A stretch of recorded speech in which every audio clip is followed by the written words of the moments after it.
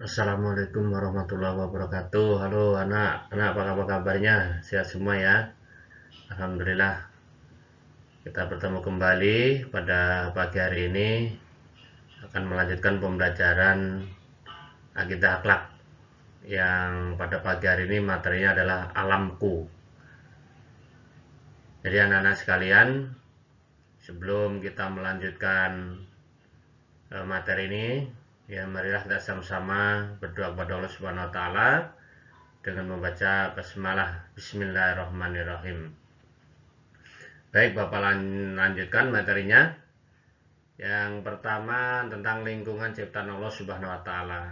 Jadi, Islam adalah agama yang begitu sempurna. Islam tidak hanya mengajarkan umatnya tentang bagaimana berakhlak kepada Tuhan penciptanya, bagaimana berakhlak kepada sesama manusia, tetapi Islam juga mengajarkan umatnya bagaimana berakhlak kepada alam lingkungannya, hewan, tumbuhan, bahkan benda mati sekalipun.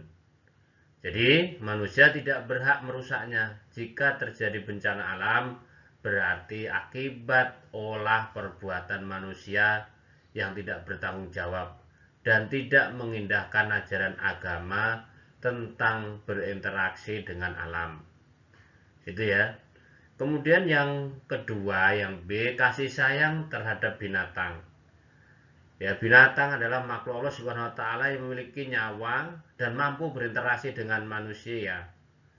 Ya, dengan manusia selayaknya manusia itu sendiri, binatang mampu menirukan tingkah manusia, mampu menjadi penolong, bahkan ada yang menjadi pengaman bagi pemiliknya.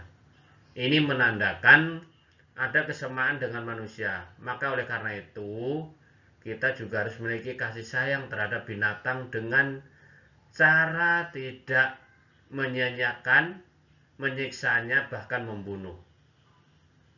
Jadi, anak-anakku semuanya, kita selain diciptakan untuk berhubungan dengan manusia satu dengan lain, berhubungan dengan Allah, kita juga diperintahkan harus selalu berinteraksi dengan binatang, berbuat baik atau melakukan sesuatu yang ada di sekitar kita dengan baik, baik itu tumbuhan, pohon, dan juga termasuk binatang tadi.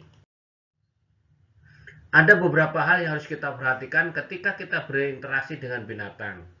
Yaitu yang pertama, kita tidak boleh membebani mereka dengan sesuatu yang di luar kemampuannya.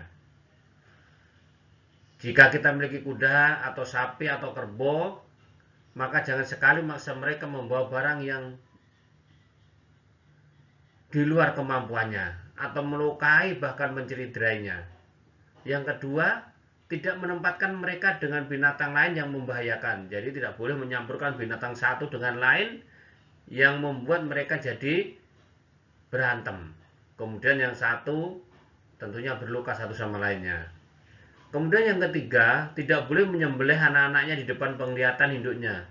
Sebab binatang juga memiliki rasa iba, takut, dan sayang terhadap anaknya, seperti halnya manusia. Jadi, buatkanlah tempat mereka yang nyaman.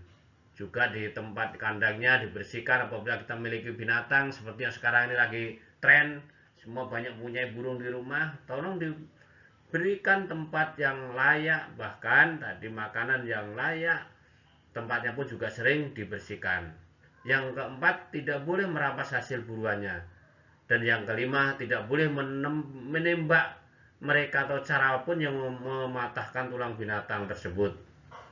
Kemudian yang keenam, untuk hewan piaraan kita perlu memberi makan, minum, mengobati apabila terkena penyakit. Itulah anak-anak beberapa hal yang harus kita perhatikan ketika kita berinteraksi dengan binatang, baik peliharaan kita maupun binatang yang kita temui atau di sekitar lingkungan kita.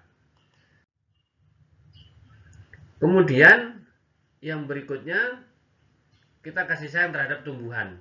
Kita mungkin mengeluh dengan cuaca yang panas, banjir, ya, bahkan mungkin cuaca-cuaca yang ekstrim yang sekarang akhir-akhir ini terjadi. Namun semua itu ada manfaatnya. Pohon di sekitar kita, tumbuhan di sekitar kita ada manfaatnya. Contoh manfaat pohon yang ada mengurangi pemanasan global, mengurangi banjir, menurunkan pencemaran lingkungan, kemudian meningkatkan kualitas hidup dan membuat anak lebih mudah untuk belajar. Jadi kalau kita punya pohon, ya punya tumbuhan di sekitar kita, tentunya kita akan lebih redup, lebih sejuk. Tentunya ya, tentunya pohon-pohon yang tidak membahayakan di sekitar rumah kita, bukan pohon-pohon yang besar yang apabila kena angin kita akan celaka apabila pohon itu tumbang dan sebagainya. Nah, ini adalah anak-anak semuanya interaksi antara kita sebagai makhluk ciptaan Allah Subhanahu wa taala, sebagai manusia yang diciptakan dengan bentuk yang sempurna.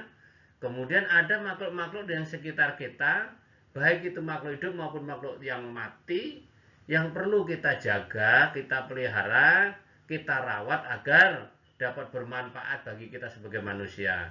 Dan tentunya sebagai seorang muslim, kita juga harus menjaganya sesuai dengan syariat agama kita. Terima kasih anak-anak, mudah-mudahan pembelajaran pada pagi ini bermanfaat dan anak-anak bisa memahaminya. Kemudian ada sedikit lagi, di antara dampak buruk dari penebangan pohon liar adalah apabila hujan, terjadi longsor, banjir, dan sebagainya. Mudah terjadi musim kemarau, terjadinya pemanasan global, dan memicu punahnya hewan-hewan tinggal di hutan. Ya, karena adalah olah manusia-manusia yang tidak bertanggung jawab. Terima kasih atas perhatiannya. Wassalamualaikum warahmatullahi wabarakatuh.